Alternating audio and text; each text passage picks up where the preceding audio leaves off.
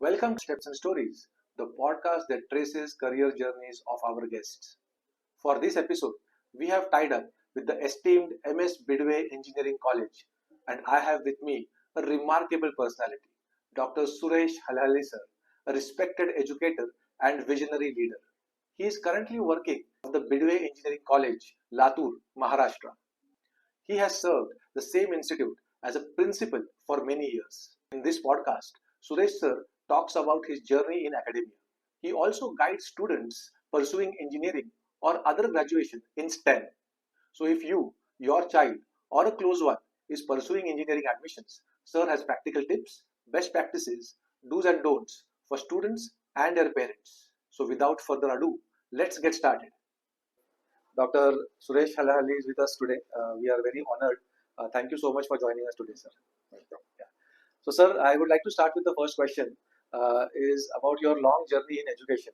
How did that start? What really inspired you to become an educator? My inner drive and explore to the personal interest and the curiosity rather than going for the external awards or the pressure. I thought and I felt that education is the best priority which I need to choose in my future career, and based on that I thought of joining the education. Great. So, do you remember, sir, your early days as a teacher or a professor? Any moments that have stayed with you? Any kind of experiences or incidents that have shaped your philosophy in education? Basically speaking, I have completed my engineering graduation in the year 1988 from one of the reputed aided institute from Karnataka, that is PDA College of Engineering. Immediately after completion of my engineering graduation, I joined MS Bidve Engineering College, Latur. So at that time, there was a requirement of faculty in different engineering colleges, because recently in 1983 most of the engineering institutes have been established in Maharashtra and there was a lack of faculty. So I was insisted and called to join as a faculty over here. So accordingly I joined this because of my own interest. Yeah. Later on, in the year 1990 I have been selected by MPSC, but because of the guidance of one of my mentor, that is Professor Swami Sir, and my inner feeling for the education system, I thought of going for higher education rather than joining the MPSC. So accordingly, I joined MTech at SDGS College of Engineering, which is one of the aided reputed institute in Maharashtra. And those days it was quite difficult to get the admissions even in the MTechs also, more particularly in the government colleges. So I got that opportunity and I could complete my education from there. And later on, because of my own interest, I joined for PhD at the JNTU Anandpur, which is one of the government university, technical university in Andhra Pradesh, and I completed my PhD from that place. And further, I continued my journey in the same institute, MS Bidve. It's now today 36 years I have undergone my teaching experience in the same institute. Yeah. Wow. So that is very rarely happens. Very rare. Yeah. Absolutely. And as far as my early experience is concerned, when I joined this institute, I was supposed to join in the mid of the semester. And the purpose or reason behind that was the teacher was teaching a subject in third year. Those days, the students were not satisfied with him, and the principal insisted me to take that particular subject. So teaching in the mid of the semester, and that to a subject which was being left by another teacher because of not satisfaction, it was quite difficult. Just because my fundamentals are quite clear, and because my teaching and communication skill is very good, I was very much confident about teaching job. But the main hurdle was to tackle the students in those days, because most of the students were of my age, and few were of elder than me. Few of them were elder than me, and they all are from different pan India. Okay, and it was quite difficult to handle those people. But I have adopted some different strategies, and later on made myself cope up with those difficulties what we have to come up with the students, and I could manage that. And it so happened that after a few years, a young faculty who used to join, they used to take guidance from me regarding the control on the students, how it has to be done. So that is what I have experienced in my early days, and as on date I am still in the same field, and I'm more comfortable and I am more explored to the technical field today. Absolutely. Great lessons, sir, from your answer that I can take away. I think one is you spoke about your mentor, Dr. Swami, who helped you make the decision. You had this inner calling that you wanted to be in education, You had a great other career choice, which was in MPSC. You had cleared, you had administrative services ahead of you, but you were still able to choose this field because of your inner calling and the guidance that you got. So that is a great lesson for all of us. Second, sir, what you just mentioned about fundamentals, that if your fundamentals are strong, you are able to kind of excel in your profession, whatever it is, right? And be it teaching, and you had students who were probably more, experienced in terms of age, as compared to you, but you were still able to kind of get respect as a teacher from them. So that's fantastic. And you also figured out ways. There were challenges that you mentioned, that teaching students, students being what they are even today, naughty, doing all kinds of pranks, but still kind of getting that respect and being able to kind of stand there in front of a class in an engineering college is a great thing. And your journey, sir, of 36 years, I'm very interested to know. There must have been so many changes from 89, 90. India was a different country at that time. The economic reforms of 1991 transformed India in some ways. What were some of the milestones in education that you can remember, and how do you think education today has evolved from those times? In those days, the education system was mostly concentrated on the curriculum, that is teaching based. So, as the time passed, new ideas were being introduced and more of practical things were being introduced, and everything was made outcome based. And as far as new education policies are concerned, that is NEP 2020, there are drastic changes in the curriculum which has been introduced in the technical educations as well. So one of the thing is the institute and industry interaction. So that has been improved by making the students to go for an internship, doing the projects at the industry levels, such that the students can learn based on the outcomes. Students will be in touch with the technological evolvement which is being taking place from day to day in the industry.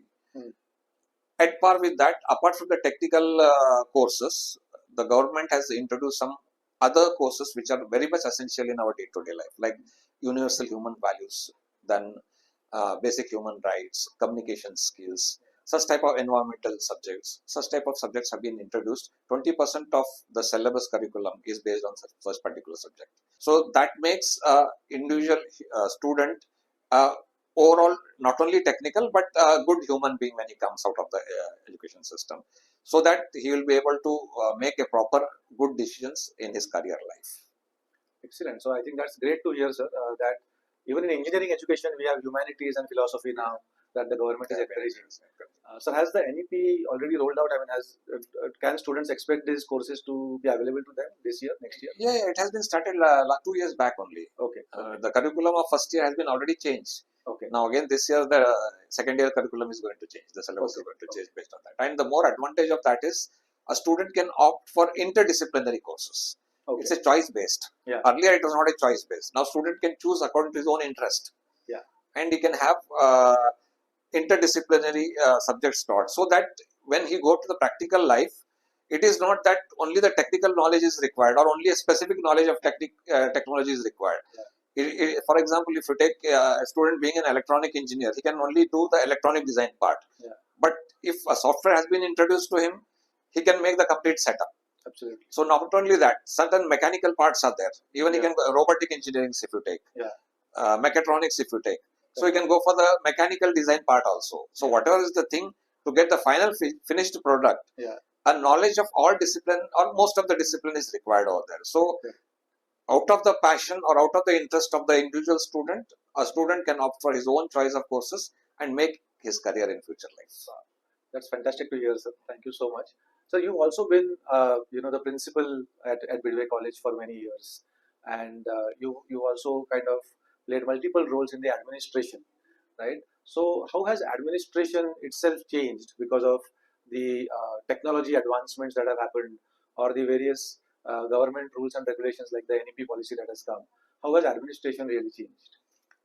Administration is basically, if you look at as far as the role of principal is concerned, it is managing different stakeholders. That is, we have stakeholders like students, we have staff, that is faculty and staff, and then we have management members and the parents. So we are supposed to manage all these people. Okay. and we are supposed to fulfill the needs of these people as far as the evolutions are concerned. Like as day on day, there is a drastic evolution in the technology. There is a drastic evolution in the process of implementation of certain things. So accordingly, the administrator has to cope up with that and sees us that all the things are updated from time to time. Like for example, if you say in the early days when classroom teaching was being done, that was going based on the chalk and the board based, right? And today we have so many ICT tools available. Correct. And that makes the students to learn in more practical way rather than the theoretical way. So that type of technology has got changed. The tools have been used, and apart from that, in the early days, in order to make communication with different peoples or the different stakeholders, the data are supposed to be maintained on the registers, right? Now we have ERP softwares. Everything is updated from time to time, and everything can be done instantly. If a particular industry wants the list of students who have scored more than 60% marks in final year or whatever the years consequently, immediately we can put forth our their requirement. So that sort of technological changes have been made, and today we have everything exposed to the world through the websites. So those days there was no internet, or if internet was available, we're not having high-speed internet at that time. But today it is not the case. So we can make whatever the informations what we have available in the institute that can be explored to the complete world, so that any stakeholder who is interested in our particular institute to know the different aspects of our institute can immediately capture the informations. Happy to hear that administration is also embracing technology at a very fast pace. So, sir, great to hear how administration is also evolving along with the technology. So, I would like to ask you about your own college, your own stint. You must have seen a lot of changes and innovations in your own institute, Bidve College of Engineering. So, can you mention some of these changes that you are really proud of that happened during your stint at the college? In the early days when I joined the college, we were having only one laboratory in our electronics department. Okay. And today we have minimum of 10 laboratories in our department. Fantastic. Secondly, throughout the campus, there was only one computer lab, and that too the computers were all of the old, very old. So low speed computer systems, and that too monitors were all CRT based monitors. And we used to share the classrooms, that is second year, third year, final year, we need 3 classrooms. Then we used to share only 2 classrooms. Time-based timetable is to be prepared, and accordingly that is to be conducted.